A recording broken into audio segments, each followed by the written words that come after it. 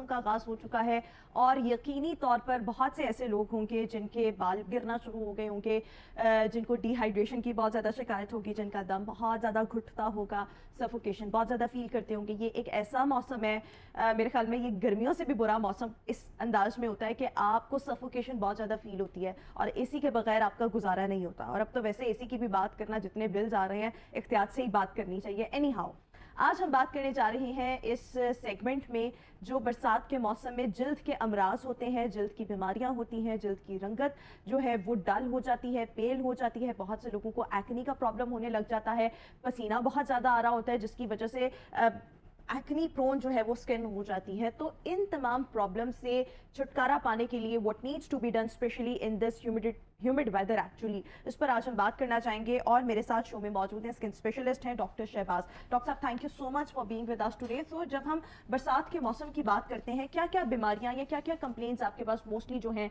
इस मौसम को लेकर आ रही होती हैं? Thank you so much miss Roma. जो बरसात का मौसम है, इसमें एक तो टेम्परेचर ये बहुत सारी बीमारियों की वजह बनता है। दूसरा, जिस तरह आपने कहा कि ह्यूमिड वेदर होता है, वो बहुत सारी जो है वो बीमारियों की वजह बनता है। इसमें सबसे कॉमन जो है, जो आजकल हर दूसरे बंदे को इशू हो रहा है, वो है प्रिकली हीट या हीट रैश जो होता है, जिसको आम जुबान में पित्त भी कहा जाता है। उसको हम लोग मिली एरिया कहते हैं। और ये ज़्यादा जो है लोअर सोशियो इकोनॉमिक यानी कि जो पॉवर्टी लाइन से नीचे हैं, उनकी ज़्यादा ये उनका मसला है। और इसका सादा सा और आसान सा जो हल है, एक तो ये कि क्लॉथ्स जो हैं वो कॉटन के पहनने चाहिए। और उसके अलावा ये है कि दिन में 2 बार या 3 बार बाथ लेना चाहिए।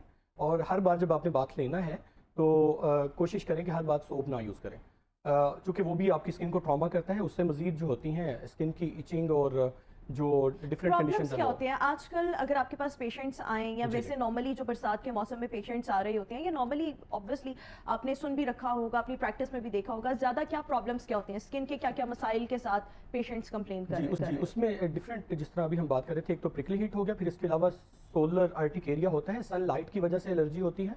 फिर उसके अलावा कुछ फंगल इन्फेक्शंस होते हैं जो कि बहुत ज़्यादा बढ़ जाते हैं इस मौसम में ह्यूमिडिटी की वजह से। एक हम पीनिया वर्सी कलर कहते हैं, जिस पे आपकी चेस्ट पे, बैक पे, गर्दन वगैरह पे धब्बे बन जाते हैं जो कि डिफरेंट कलर के होते हैं स्किन से। उसके अलावा एथलीट्स फिट होता है जो कि पाँव की उंगलियों के दरमियान बन जाता है, फंगल इन्फेक्शन होता है। और वो जो होता है ज़्यादा, अगर कहीं गंदा पानी खड़ा हो, बारिश का पानी खड़ा हो, उसमें से गुजर जाए तब वो सारा मौसम आपकी जान नहीं छोड़ता। फिर इसके अलावा टांगों के दरमियान, बगलों के दरमियान, वहाँ पे पसीना इकट्ठा होना से फंगल इन्फेक्शन हो जाता है। फिर बैक्टीरियल इन्फेक्शन होते हैं जिसमें पस वाले दाने बन जाते हैं। और उसके अलावा बच्चों के मुंह पे या बॉडी पे पीप के ऐसे, जैसे हनीकॉम्ब क्रस्ट होता है वैसे क्रस्ट की तरह के बैक्टीरियल इन्फेक्शन हो जाते हैं। फिर उसके अलावा कॉस्मेटोलॉजिकल बड़े इशूज़ आते हैं, जैसे आपने बात की कि एक्नी बहुत ज़्यादा फ्लेयर अप हो जाती है इस मौसम में। और उसके अलावा छाइयाँ जो होती हैं वो इस मौसम में ज़्यादा हो जाती हैं। और फिर अगर हम बात करें छाइयों के अलावा, टैनिंग जो होती है, आपने अगर फॉर एग्जांपल स्लीवलेस पहने हुए हैं या हाफ स्लीव्स पहने हो तो उतना उतना आपके बाजू टैन हो जाते हैं, फेस टैन हो जाता है, नेक टैन हो जाती है। फिर इसके अलावा जो ये वेदर है, इसमें हेयर लॉस भी रिपोर्टेड है कई केसेस में। बिल्कुल ठीक हो गया। तो तमाम प्रॉब्लम्स हैं जिनका मुख्तलिफ इंडिविजुअल्स को सामना करना पड़ता है, लेकिन आज हम स्पेशली बात करेंगे स्किन को लेकर। बहुत सी खवातीन जो हैं, स्पेशली खवातीन, वैसे तो मर्दों में भी ये प्रॉब्लम, मेल में भी ये प्रॉब्लम्स जो है कि एक्नी बनना स्टार्ट हो जाती है। अब इस एक्नी को अवॉइड करने के लिए आप being a skin specialist, what do you recommend कि किस तरीके से हम अपनी स्किन का ख्याल रख सकते हैं? देखिए, एक्नी के लिए एक तो आपकी स्किन रूटीन बहुत मस्ट है कि आप स्किन रूटीन एक सेट करें। वो आपकी स्किन रूटीन जो है आपकी स्किन की टाइप के हिसाब से होती है। अगर तो आपकी स्किन जो है वो ड्राई है तो आपने जो है ज़्यादा हार्श प्रोडक्ट्स यूज़ नहीं करनी, और कोशिश करना है सिर्फ सन ब्लॉक और साथ में कोई अगर ज़रूरत है तो मॉइस्चराइज़र यूज़ करें, और माइल्ड सा क्लींजर यूज़ करें जो कि ज़्यादा आपको डिहाइड्रेट ना करे, पानी ज़्यादा पिएँ। और इसके अलावा फ्रेश फ्रूट्स जो हैं उनका इस्तेमाल ज़्यादा करें। फिर जो अगर ऑयली स्किन आ जाती है, ऑयली स्किन बिल्कुल ही उसकी 360 डिग्रीज उसकी ट्रीटमेंट मोडेलिटीज़ ही चेंज हो जाती हैं। उन्होंने एक तो सन ब्लॉक तो यूज़ करना ही करना है, उसके अलावा उन्होंने साथ में ऐसा जो है फेस वॉश और ऐसी प्रोडक्ट्स यूज़ करनी है जो कि सीबम की प्रोडक्शन को कम करें, पसीना और जो ऑयल आ रहा है फेस पे उसकी प्रोडक्शन को कम करें। उसके लिए हमारे पास नाइट टाइम पे यूज़ के लिए रेटिनॉइड्स या रेटिनोल्स आ जाते हैं।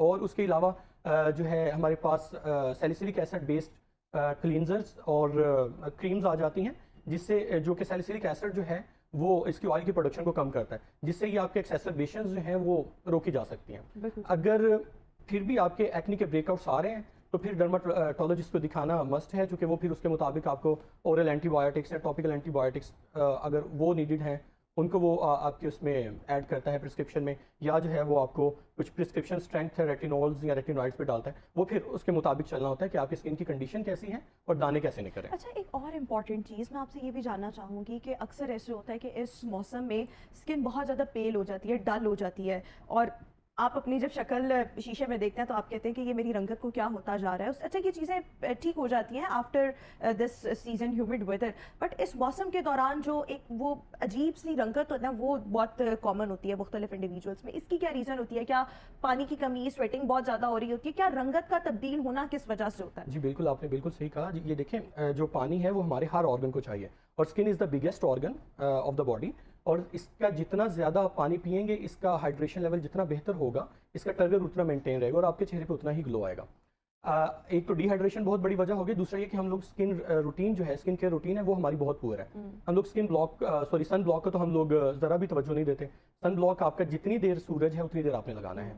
अगर फॉर एग्जांपल आप लोगों के घर में ज़्यादा लाइट्स हैं, तब भी आप लोगों ने सन ब्लॉक जो है वो पुट ऑन करना है। और इस मौसम में जब जो है वो टेम्परेचर 42 43 जा रहा है, तो सन ब्लॉक के ऊपर आपने एडिड प्रोटेक्शन ऐड करनी है। फॉर एग्जांपल वेल कर सकते हैं, फॉर एग्जांपल अम्ब्रेला यूज़ कर सकते हैं, ब्रिम्ड हैट यूज़ कर सकते हैं, और अगर कोई बाइक चला रहा है तो वो मफलर यूज़ कर सकता है। ये सारी एहतियातें अगर करेंगे तब जो है आपकी स्किन जो है ना वो ग्लो भी करेगी और इसमें पिगमेंटेशन भी नहीं अच्छा, आएगी। एक और चीज़ के बैक्टीरियल इन्फेक्शन या फंगल इन्फेक्शंस की वजह से किसी की स्किन खराब हो रही है, एक्ने हो रही है, रैशेस बन रहे हैं, ब्लेमिशेस बन रहे हैं, हम कैसे आइडेंटिफाई कैसे कर सकते हैं कि this is something that is happening due to fungal infection और the bacterial infection? How we can actually get to know about this?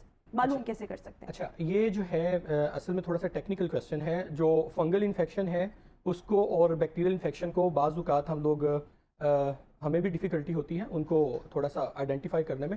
Fungal infection की एक्नी और जो बैक्टीरियल इन्फेक्शन की एक्नी है उसमें थोड़ा सा डिफरेंस होता है। हम उसे कहते हैं मोनोमॉर्फिक एक्नी। मोनोमॉर्फिक एक्नी जो होती है वो आमतौर पे एक ही तरह के पस के दाने बन रहे होते हैं। वो ज़्यादातर उसकी वजह होती है या तो फंगल होती है या एक होता है ग्राम नेगेटिव बैक्टीरिया। और दूसरी जो एक्नी होती है which is due to gram positive bacterium, उसमें हमें डिफरेंट तरह के पॉलीमॉर्फिक हमें वो यानी कि डिफरेंट शेप्स के हमें दाने मिलते हैं। उसमें कोई पीप वाला दाना होगा, कोई लाल दाना होगा, कोई जो है बड़े बड़े पस के दाने होंगे, कोई ब्लैक हेड्स होंगे, कोई वाइट हेड्स होंगे, और दोनों का ट्रीटमेंट भी बिल्कुल डिफरेंट है। इसके अलावा अगर फंगल इन्फेक्शन है, आपके फेस पे फंगल एक्नी आ रही है, तो उसके साथ साथ आपकी बॉडी पे और भी कहीं ना कहीं जो उसका है सोर्स होना चाहिए।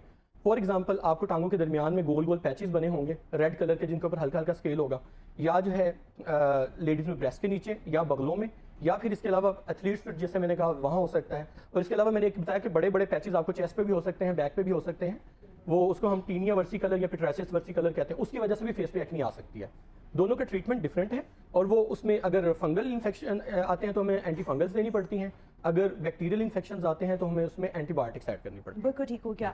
और घर पर रहते हुए देखें, अगर हम किसी डॉक्टर के पास नहीं जा रहे हैं, normally like if I am fine, if I am looking fine in this like season till now, लेकिन मुझे एहतियात अपनी कैसे करनी है ताकि मैं ऑन सेफर साइड रहूं, मुझे इस तरह की किसी प्रॉब्लम का सामना ना करना पड़े? तो मेरी स्किन केयर रूटीन कैसे होनी चाहिए? मुझे अपनी स्किन का ख्याल जो है वो कैसे रखना चाहिए? What needs to be done? ज़बरदस्त। एक तो ये देखें कि सबसे जो इम्पोर्टेंट चीज़ है वो तो यही है कि हीट से बचाना है खुद को। सन रेज से जितना आप बचाएंगे, अगर आपका कोई आउटडोर एक्टिविटी नहीं है तो कोशिश करें कि इंडोर ही ज़्यादा रहें। आउटडोर अगर एक्टिविटीज़ हैं तो असर के बाद उनको प्लान करें। अगर आपका कोई ज़रूरी काम नहीं है तो कोशिश करें उनको असर के बाद प्लान करें। लेकिन अगर इन केस आपने जाना भी है बाहर, तो आपने फिर सन ब्लॉक यूज़ करना है और एडिड प्रोटेक्शन यूज़ करनी है। उसके अलावा जैसे मैंने बात किया, what do you mean by added protection? Added protection से मुराद लेडीज़ जो है वो मफलर यूज़ कर सकती हैं, या वो स्कार्फ यूज़ कर सकती हैं, ये जो है अम्ब्रेला यूज़ कर सकती हैं। मेल्स जो हैं वो मफलर और ब्रिम्ड हैट्स यूज़ कर सकते हैं और फुल स्लीव्स पहन सकते हैं। इसके अलावा अगर बाइकर्स हैं तो उनको चाहिए कि ग्लव्स पहने, उससे उनकी प्रोटेक्शन हो जाएगी।